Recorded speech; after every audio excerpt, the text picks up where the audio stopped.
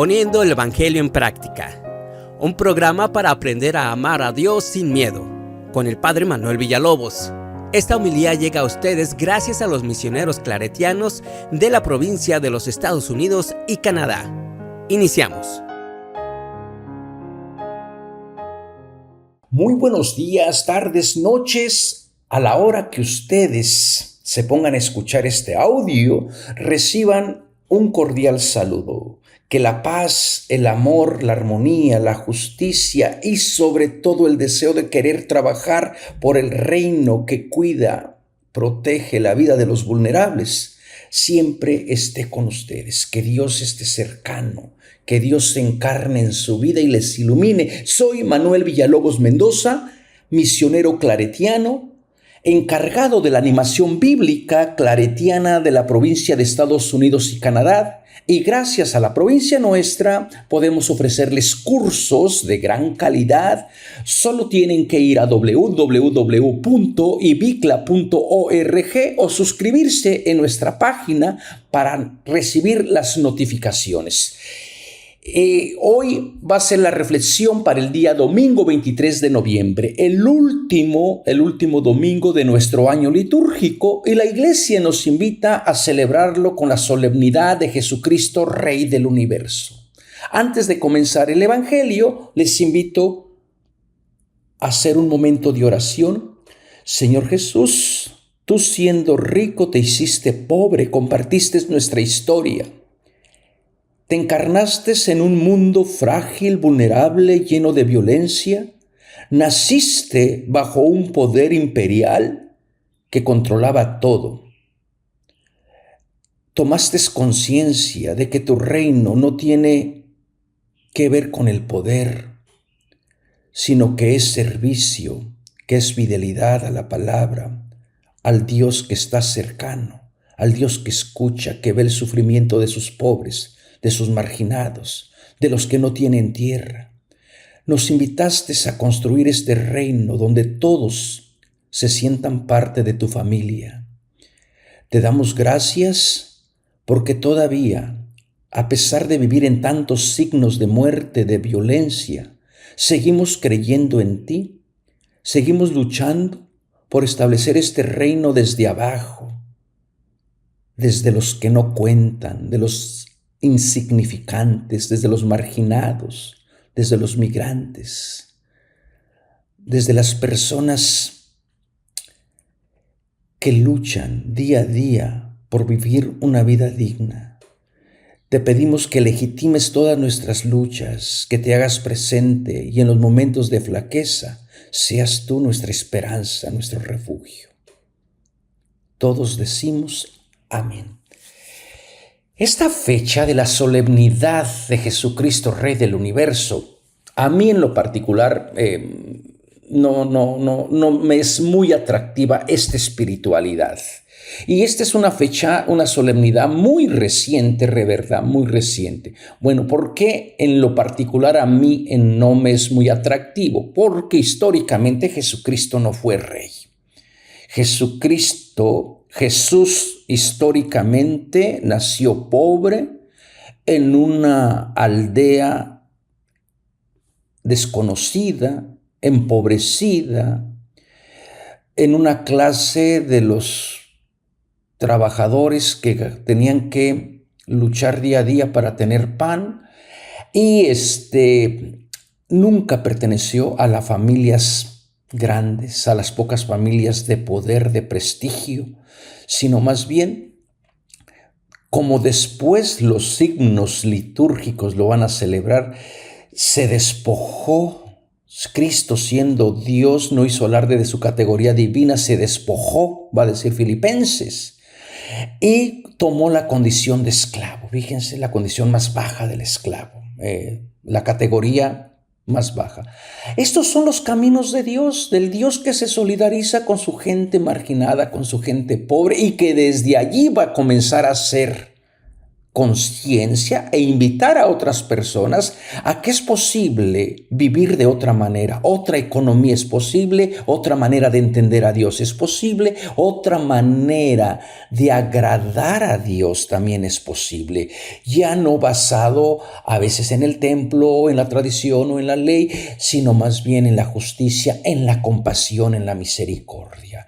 Y este Jesús que viene a ser este líder carismático que viene a concientizarnos o que vino a concientizarnos curando, enseñando, no es indiferente al sufrimiento. Estos son los actuares de Dios. Dios que se ve encarnando en cada realidad de la persona, ¿verdad?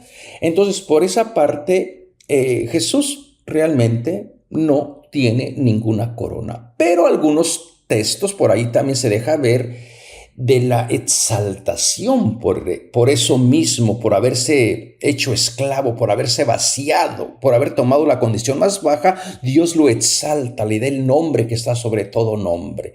Bueno, son títulos son himnos que se rezaban probablemente cuando la gente se iba a bautizar. Esto lo pueden encontrar ustedes en Filipenses, en Colosenses también. Creo que es la segunda lectura de damos gracias a Dios Padre que nos ha sacado del dominio de las tinieblas, nos ha trasladado al reino de su Hijo querido, por cuya sangre hemos recibido la redención, el perdón de los pecados. Bueno, toda esta idea tan preciosa, pero ya son reflexiones que la gente va a hacer posteriormente del papel de Jesús. Pero históricamente recuerden que Jesús nace pobre, nace censado, nace bajo un imperio. Y vamos a ir viéndolo, descubriendo este Jesús que se solidariza, este Dios que comienza en el margen y en la periferia. Esto por un lado. Entonces, y la otra razón es que el Papa, fíjense, el Papa, cuando fue elegido el Papa, que se llama Achille Ratti, fue elegido Papa en febrero de 1922 y tomó el nombre de Pío XI. Este Papa italiano tenía la experiencia reciente de la Primera Guerra Mundial, de la Revolución Rusa, pocos meses de su pontificado, también Mussolini organizaba la marcha sobre Roma. Fue impresionante también, ¿verdad? El triunfo del fascismo. Todo esto a este Papa Pío XI, pues ese era su entorno, ¿verdad? Y un año más tarde, el 8 de noviembre de 1923, Hitler intenta un golpe de Estado en Múnich. Y el Papa XI, alarmado por las tensiones crecientes en Europa y en todo el mundo, piensa que la única y verdadera solución a los problemas de tipo social, políticas, económicas, es volver otra vez al Evangelio, y comienza a pensar cómo sería el comportamiento de esta Europa amenazada por la guerra, violentada, si Cristo fuera rey de este mundo. Él pensaba que si Cristo fuera o se asumiera a Cristo como rey, las cosas serían muy distintas. Y esta fue la razón por la cual instituyó esta fiesta. También aprovechando que en el 1925 se cumplían 1600 años del Concilio de Nicea, que proclamaba la realeza de Cristo al añadir el credo apostólico las palabras y su reino no tendrá fin. Justamente cuando ustedes estén escuchando esta homilía, yo me encuentro acá, me voy a encontrar acá en Roma, y de aquí camino a Izmir, porque allá se va a celebrar el Concilio de Nicea. El Papa viene para Nicea, va para Nicea para celebrar el concilio, el aniversario del Concilio de Nicea. Bueno, esta es una manera para entender realmente la solemnidad de Cristo Rey. Yo no sé qué tan efectivo sea esta solemnidad cuando toda la sociedad, por lo menos acá en Estados Unidos, está tratando de luchar contra el rey que tenemos. El rey que infunde miedo, que no entiende razones, que no teme a Dios ni respeta a los seres humanos, como el juez de la viuda, insistente. Y hoy más que nunca tenemos que salir a manifestarnos y decir: no queremos reyes, porque estos reyes oprimen, estos reyes causan miedo, dividen a la familia. Basta de reyes, basta de estas organizaciones piramidales. Es necesario que el reinado de Dios aparezca desde la base, desde lo cotidiano, desde lo ordinario de la vida. Es necesario que el propósito de la misión de Jesús se entienda en su contexto para no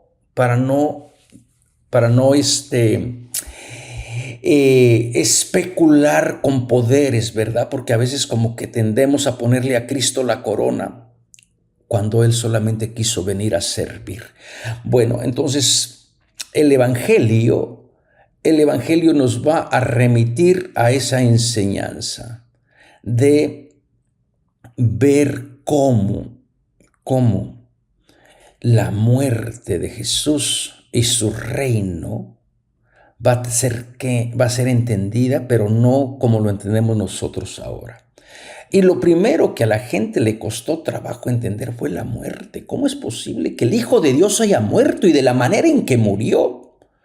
Todas estas historias son retrabajadas. Lucas retrabaja la historia de la pasión de Jesús basado en Marcos. Y bueno, recuerden que Marcos le da gran énfasis a la pasión de Jesús. ¿Cómo es posible que el Hijo amado, el Hijo enviado, aquel que vino a hacer el bien, terminara crucificado?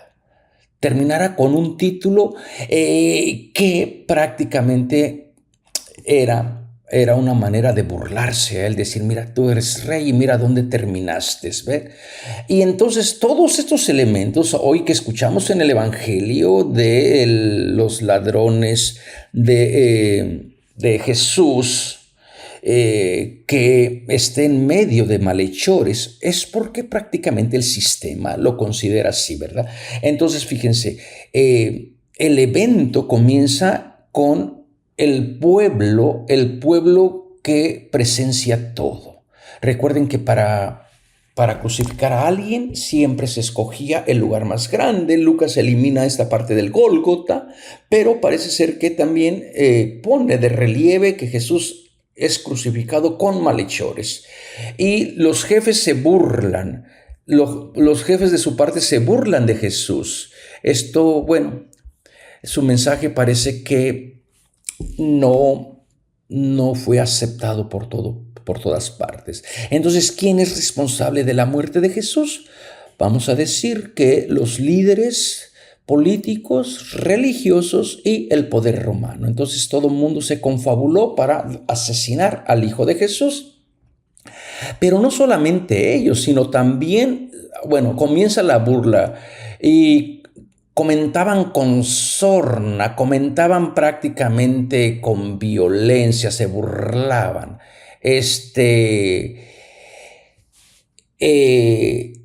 Con palabras injuriosas, que se salve a sí mismo. Y bueno, yo creo que a veces la gente eso también espera, ¿verdad? Si te salvas a ti mismo, entonces tu reino sí va a tener validez, pero no. Es un Mesías que acepta la voluntad de Dios, que es fiel hasta su muerte. Si eres el Mesías de Dios. La redacción de Lucas retoca el texto de Marcos 15:32 que decía que el Mesías, el Rey de Israel, baje de la cruz para que lo veamos y creamos.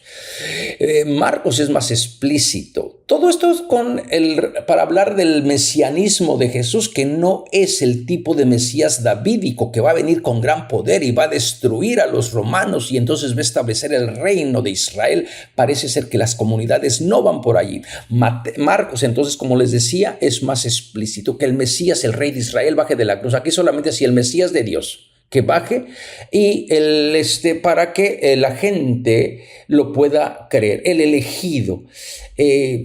Parece ser que esta es una parte de Lucas, de presentar también a Jesús no solamente como Mesías de Dios, sino también como el elegido. Esta palabra, este título se utilizaba mucho en la literatura de Enoc. Este personaje que aparece en Génesis, en el libro, creo que es en el capítulo 6 del Génesis, aparece la figura de Enoc.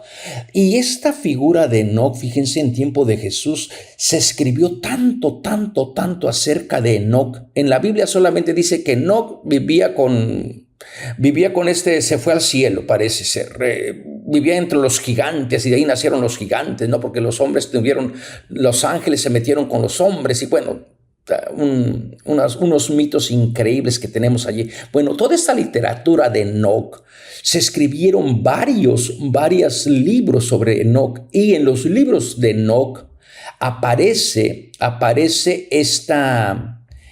este título del elegido, donde se cree que en algún momento el elegido de Dios va a venir y va a comenzar el juicio universal. También por allí van los de Qumran, ¿verdad? Que el elegido venga, establezca el juicio y entonces va a establecerse el reinado de Dios. Bueno, no solamente son los dirigentes los que se burlan, también vienen los soldados. Y recuerden que Lucas es bastante hábil, trata con mucha benevolencia a los soldados y a Pilato aquí dentro de la historia de la pasión. Pero no puede negar que han sido el poder político, el poder religioso y el poder militar que ha dado muerte a Jesús. Entonces aquí aparece los soldados burlándose, y aparece también la manera de burlarse con el vinagre. A ver qué nos dice el texto acerca del vinagre. Déjenme ver, porque no creo, seguramente que en nuestro texto que les leí no aparece, ¿verdad? Llegaron a 25, el Salvador que se salve a sí mismo si el Mesías de Dios es elegido, y también los soldados se burlaban de él y le ofrecían vinagre.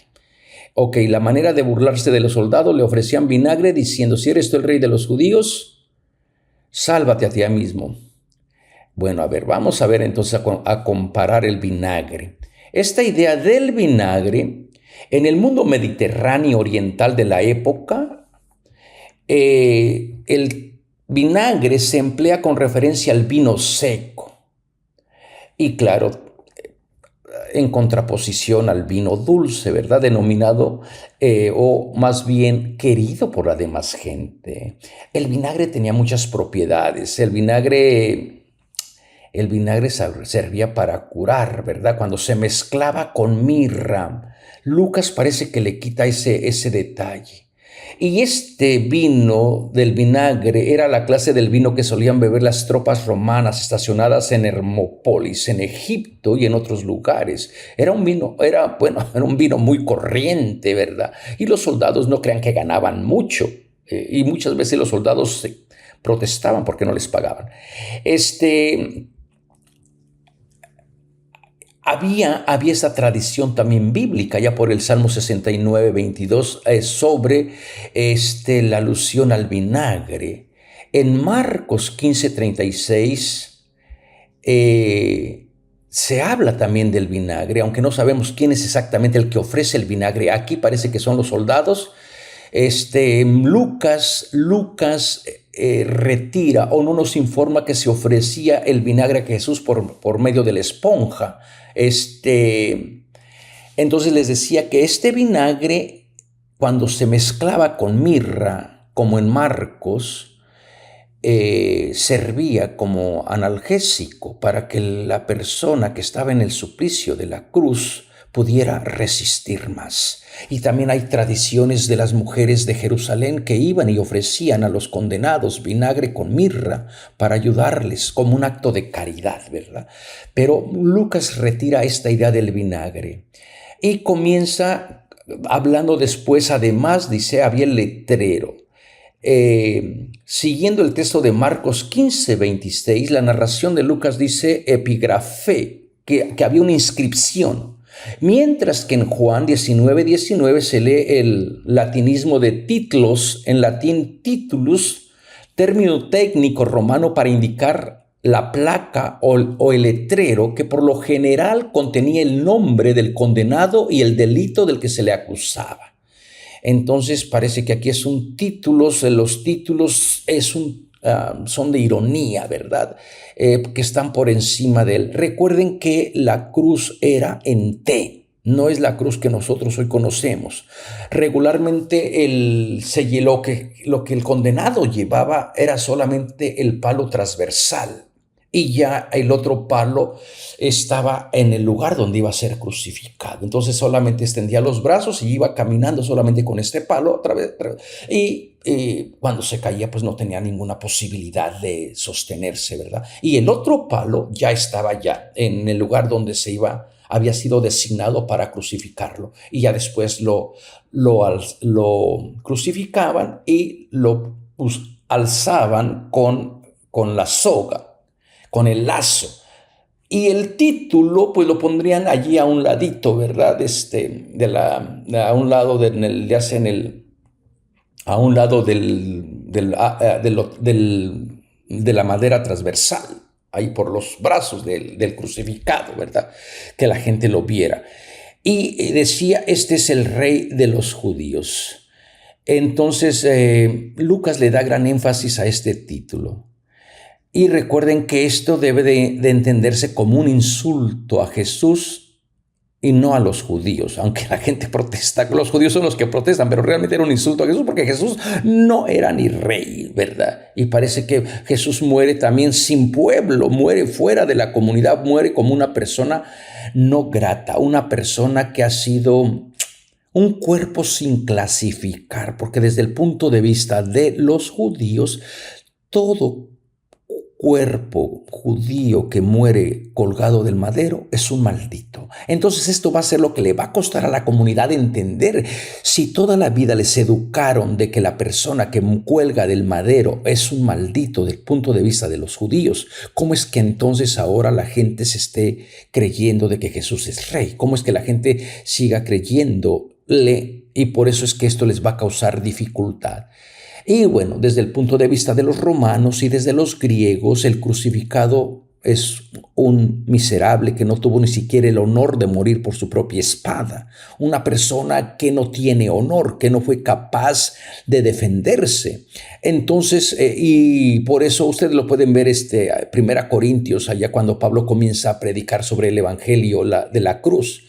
Locura para unos, escándalo para otros. Sin embargo, a través de la cruz, a través de este evangelio de la cruz, es donde Dios manifiesta el amor por todos los crucificados, por toda la gente que ha sido lastimada o marginada, ¿verdad? Entonces, esta es una manera de ir desglosando estas interpretaciones. Y entonces comienza uno de los malhechores.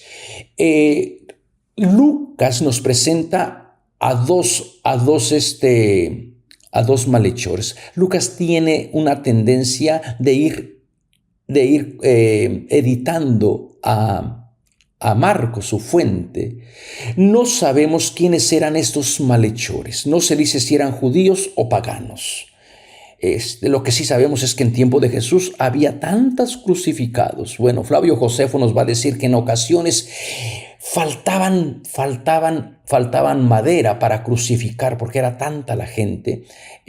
No sabemos la intención de crucificar es mantener a la gente en miedo, en la zozobra, de decir no hay que meterse con el imperio. Cuando una comunidad vive en miedo, en temor, pues no va a salir ni siquiera a la calle. ¿Por qué? Porque hay un sistema, hay una orden, que son sistemas de muerte. Pero en estos sistemas de muerte, pues también puede haber otra manera de apropiarse de la muerte de Jesús, como lo vamos a ver, aunque hoy no llegamos hasta la muerte de Jesús, pero para la primera comunidad tuvo que entender que en esa muerte estaba también Dios que se solidariza con su crucificado.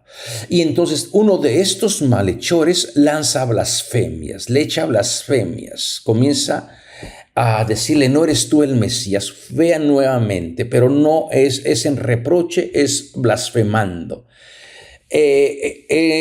Resuenan prácticamente los insultos de los jefes, ¿verdad? Y la pregunta lo increpa diciendo, sálvate a ti. Esto es la tercera vez que se habla o la referencia al poder salvífico de Jesús. Recuerden que para Lucas es bien importante el tema de la salvación, que se ofrece desde el inicio. Ahorita vamos a comentar un poquito. Entonces, esta idea va a servir para iluminar teológicamente el significado de la salvación que Jesús ofrece. En cambio, el otro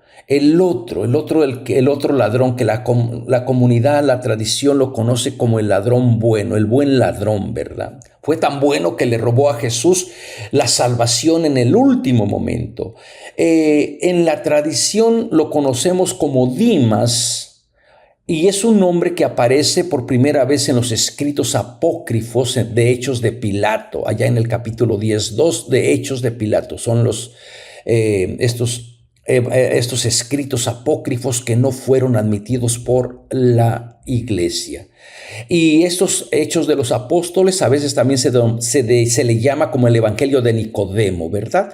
Y allí aparece la historia de Dimas, que era el buen ladrón. Pero Lucas no nos informa quién era este personaje que nosotros le hemos dado el nombre del buen ladrón. Y comienza a increpar a su compañero. Y parece ser que el buen ladrón comienza también su cambio, su conversión, y reconoce también la inocencia de Jesús. No ha hecho nada malo. Continuamente en el juicio de Jesús, varias personas van a reconocer la inocencia de Jesús.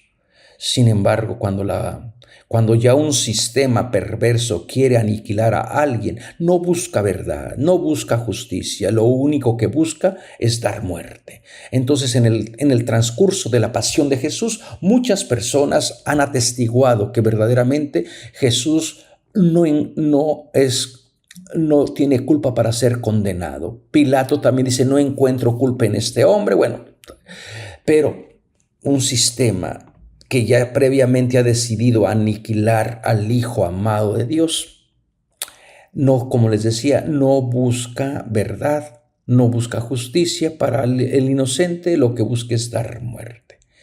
Y comienza con, acuérdate de mí cuando entres en tu reino. Y esto es exactamente como cierra Lucas este evangelio que se ofreció desde el inicio con el hoy de la salvación. Va a ir encaminándonos a decir prácticamente esta salvación se ofrece aquí y ahora. La petición de acuérdate puede ser también un eco de algunos pasajes de el Antiguo Testamento. ¿Se acuerdan ustedes con José? Allá en el libro del Génesis, en el capítulo 40, cuando José le interpreta el sueño a uno de los que estaban allí en el José capítulo 40, Génesis 40, 14. Vamos a ver lo que dice Génesis 40, 14. Es la historia de José.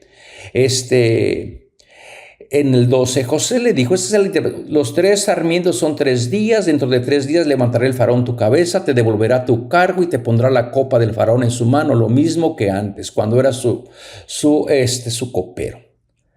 Y luego le dice en el 14, le dice al copero, a ver si te acuerdas de mí cuando te vaya bien. Es una reminiscencia lo que está haciendo Lucas de esa historia. También el Salmo 106, dice, ¿quién dirá las proezas de Yahvé? Hará oír todas sus alabanzas.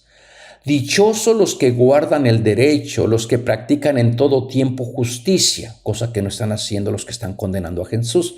Y fíjense el versículo 4, acuérdate de mí, Yahvé, por amor de tu pueblo, con tu salvación visítame. Muy probablemente Lucas retrabaje estas ideas del penitente o de la persona que está pidiendo la gracia, solamente de decir, no te olvides cuando estés en una situación mejor de este pobre pecador, ¿verdad? Entonces, lo único que pide es un recuerdo benévolo, porque ya no puede hacer nada para merecerlo. Y Jesús le responde, en verdad te digo que hoy estarás conmigo en el paraíso. Bueno, vamos a hablar sobre el hoy. Fíjense que uno de los temas muy importantes que tiene el Evangelio de Lucas es el tema de la salvación. Pero una salvación no como la entendemos nosotros. Nosotros ya somos descendientes de una rica tradición de 2000 años donde se ha ido enriqueciendo en estos términos, ¿verdad? Pero en el mundo bíblico, como en el tiempo de Jesús, el término de salvación tiene que ser de cuestión de rescate, tiene que hablar sobre el año jubilar del rescate, donde se vuelve la tierra a ser otra vez de su propietario, ¿verdad? Si tuvo que venderla, empeñarla en el año sabático, el día de la salvación, del día de la redención, del día del Goel, del que viene el Redentor, el que compra, ese día vuelve otra vez a la tierra a su dueño. La salvación tiene aspectos económicos, perdón de deuda, devolución de tierra, y bueno, después también va a tener ese otro aspecto espiritual de perdón de pecado, ¿verdad? Pero primero la salvación tiene que darse de una manera concreta. Ustedes lo pueden ver en el capítulo 4 de Lucas. Hoy nos va a ir explicando exactamente qué consiste la salvación. Bueno, comenzó el Evangelio de Lucas con la manifestación de Dios por medio de la gloria de Dios, la manifestación de Dios no a los poderosos, no a la gente de los Herodes o de los romanos o a los del templo. Aparece la gloria en los campos de Belén, que va a recordar la tierra de David, el rey David, a los pastores. Los pastores que no tienen reputación, que son considerados ladrones, impuros, son los que están hasta abajo de la escala de la sociedad, ¿verdad? Y son justamente a ellos que se le aparece la gloria de Dios y a los ángeles, la corte celestial de Dios, cantando las alabanzas, gloria a Dios en las alturas. Y luego viene con el mensaje, hoy les ha nacido en la ciudad de David un Salvador. Viene Lucas, entonces este Salvador, esta salvación, hoy, es para decir, el tiempo de la espera ha terminado. Ya no hay que esperar más. Dios otra vez ha visitado a su pueblo, se encarna en situaciones concretas. Y la señal de la comunidad empobrecida, representada en los pastores, es volver a Belén, volver a la casa de pan, la casa de alimento. ¿Y cuál va a ser la señal? El recién nacido, envuelto en pañales, el Dios grande que se hace frágil, vulnerable, que reina desde el pesebre, que invita a la gente a compartir pan, a compartir historia. Y es esa salvación que se brinda no a los poderosos, sino a la gente sencilla. Y luego enseguida también aparece la idea, fíjense en el capítulo 4, estas son formas quiásticas que se llaman en los estudios bíblicos, ¿verdad? Donde lo más importante casi siempre está en el mensaje se repite. Lucas abre entonces con el hoy de la salvación al inicio del Evangelio, el hoy de la salvación a la mitad del Evangelio y el hoy de la salvación al final del Evangelio. Con esto está invitándonos o nos puede cuestionar y decir, ¿no quedará Lucas que pongamos atención en que la salvación de Dios no es un evento que va a venir en el futuro, sino que está sucediendo ya cuando hay personas capaces, en este caso de los pastores, de reconocer su situación y volver a Belén y contemplar al Dios humanizado, al Dios grande que se hace pequeño y que desde allí ofrece un nuevo camino, una nueva humanidad, un nuevo estilo de vida. Luego en el capítulo 4 del Evangelio de Lucas aparece Jesús entrando a la sinagoga de Nazaret, le entregan el libro, el rollo, y comienza citando al profeta Isaías. El Espíritu del Señor está sobre mí, porque me ha enviado para anunciar el año de gracia a los que viven en la pobreza, curar a los enfermos, darle la vista a los ciegos, regresarles el oído para los sordos. Y cita literalmente al Isaías, pero no incluye el texto de la venganza, porque Isaías decía que también va a ser el día de la venganza de nuestro Rey, de nuestro Dios. Jesús no pretende establecer un reinado de venganza, de odio, sino que ofrece un reinado de salud, que la gente vuelva con una economía más saludable. Entonces la salvación no es abstracta como se entiende en el Evangelio de Lucas. La salvación tiene que ver con vida, con posibilidades de salud, con posibilidades de tener otra vez la tierra, con posibilidades otra vez de no tener que irse a otro país a sufrir persecución. Entonces, esta salvación se ofrece como un don gratuito, no mañana, no ayer, sino hoy, el hoy de la salvación. Y después, más adelante, en el camino que hace Jesús desde Galilea a Jerusalén, vamos a tener también el encuentro con Nicodemo. Nicodemo, que quiere ver a Jesús, que es recaudador de impuestos, que es un traidor, un colaboracionista, que no se merece realmente la misericordia de Dios. Nicodemo, acuérdense que de este grupo de los pecadores públicos, uno de ellos subió al templo y ni siquiera se atrevía a levantar la mirada. Lo único que hacía era golpearse el pecho diciendo: apiádate de mí, Señor, que soy un pecador. Y esto es precisamente la salvación que se otorga a pecadores, a gente impura, a gente que desde el punto de vista de los que se creen buenos, no se lo merecen. ¿Y qué es lo que le dice Jesús a Zaqueo? Baja de tu árbol porque hoy quiero hospedarme en tu casa. Y la gente, en vez de que vea, reconozca los signos de los tiempos, de que el Dios ha llegado, del que Dios se hace cercano a los pecadores, comienzan a murmurar diciendo: ha entrado a comer a casa de un pecador. Y mientras están comiendo, Zaqueo se pone de pie y dice: Señor, voy a dejar de saquear, ya no voy a robar, voy a regresarle a la gente lo que le he robado. Y una vez que Zaqueo se arrepiente y que regresa lo que ha robado, Jesús le dice: hoy ha llegado la salvación a esta casa. Y finalmente, en nuestro texto de hoy, se cierra este círculo de salvación que se ofrece hoy, no mañana. Vuelvo y lo repito, una salvación que tiene que ver con aspectos de tener vida digna, de vivir dignamente. No puede haber salvación mientras la gente viva con miedo, con temor, con esclavitud, sea secuestrada, sea robada, sea amenazada, esté en la cárcel, esté enferma. ¿Qué condiciones de salvación la gente va a tener? Lo triste que hemos hecho, que hemos reducido el aspecto salvífico a cuando uno se muera y entonces todas nuestras penas se acabarán.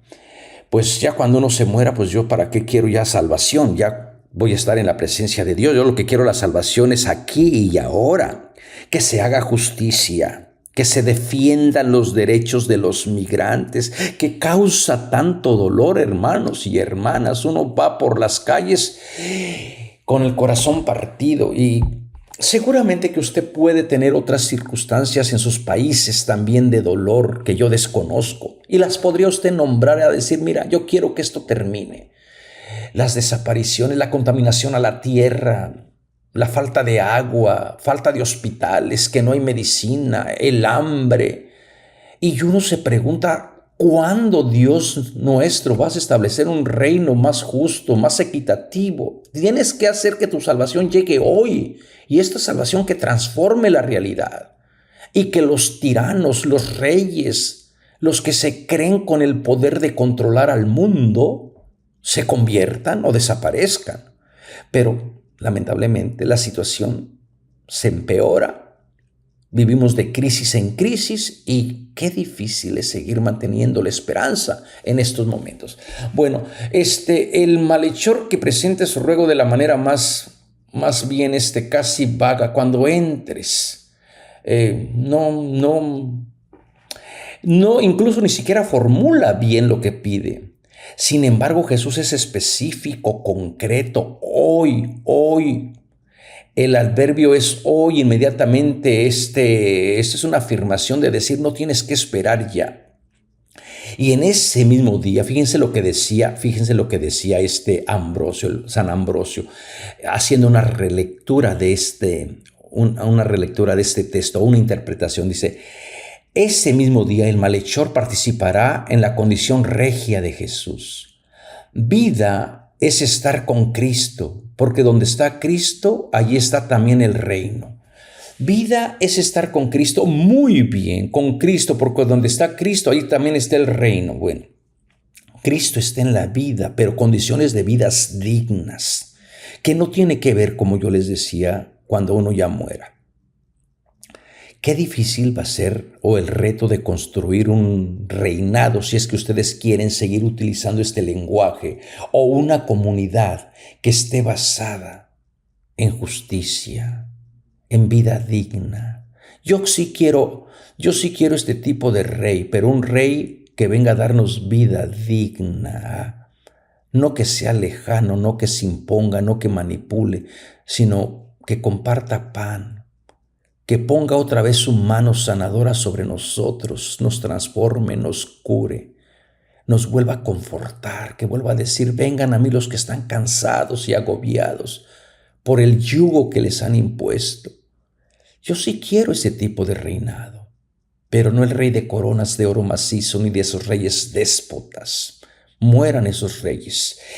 Y la idea del paraíso es otra idea que también tenemos que retrabajar, reformular, reimaginar, porque a veces nuestra fe es bastante inocente, ¿verdad? El sustantivo del paradeisos, que aparece también en el Nuevo Testamento en 2 Corintios 2:4, Apocalipsis 2:7, fíjense, 3 veces aparece el término el paraíso en el Nuevo Testamento.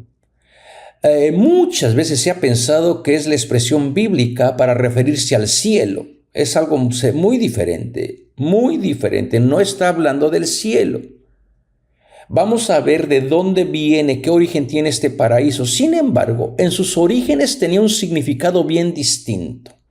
Porque también hasta esto hay que comenzar a reimaginarnos algo diferente. La gente piensa que allá, cuando se muera, la nueva Jerusalén va a ser construida de las piedras preciosas, los zafiros, las esmeraldas, y uno va a andar allí todo bello, y los árboles frutales, y vas a tener hambre, estiras la mano, y vas a estar acariciando al lobo, al león.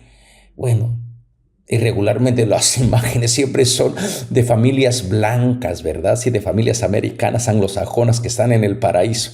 Yo nunca he visto casi una imagen de un latino, de una gente negra que esté en el paraíso contenta. Casi siempre son imágenes blancas. Bueno, hasta en eso uno se tiene que estar fijando, y a Dios todo con blanco, con ese ropaje blanco. Bueno, entonces fíjense, en sus orígenes, la palabra paraíso tenía un significado distinto, y este término griego procede o fue copiado de la cultura persa. Y los persos se referían al paraíso como un espacio cerrado. Esto es lo que es, ellos creían que había un espacio cerrado. En griego está atestiguada desde la época de Jenofontes, con el significado que le fueron dando como un jardín lleno de árboles. De modo semejante, también así comenzó la gente en la cultura hebrea a imaginarse el paraíso como como pardes. Ustedes vayan a Cantar de los Cantares. A ver, vamos, 4:13, Cantar de los Cantares. ¿Qué dice Cantar de los Cantares? Para ver, vamos a ver. Cantar 4. Cantar de los Cantares. Bueno, seguramente que va a ser He aquí que tú eres hermoso, amiga mía. Comienzan los cantos de los enamorados, ¿verdad? Solamente me interesa ver la historia de Cantar de los Cantares 4:13. Vamos a ver lo que dice. Tus renuevos son paraíso de granados, con frutos suaves de flores bellas y de nardos y azafrán, caña aromática y canela, con todos los árboles de incienso. Vean, entonces hay una clara, cuando aparece esta palabra del paraíso, se hace referencia entonces a un lugar lleno de árboles de vida. Entonces, también en Génesis 2:8, acuérdense, en un jardín en Edén, en Génesis 13:10, un jardín divino. También Filón de Alejandría, Flavio Josefo, creen o usan el término de paraíso como un lugar de suprema bienaventuranza. Y también en algunos libros apócrifos va a ser la morada mítica de los justos después de su muerte. Esto especialmente en la tradición de Enoc, en los testamentos de los patriarcas, los testamentos espirituales. Entonces, a estas alturas, la gente, los cristianos del siglo I, solamente creen en el paraíso como un lugar, como un jardín donde no hay violencia, no hay muerte. Y Jesús, bendito se me fue el tiempo. Así que, hermanos y hermanas, si usted quiere y no le cuesta ningún trabajo ver a Cristo como Rey, adelante.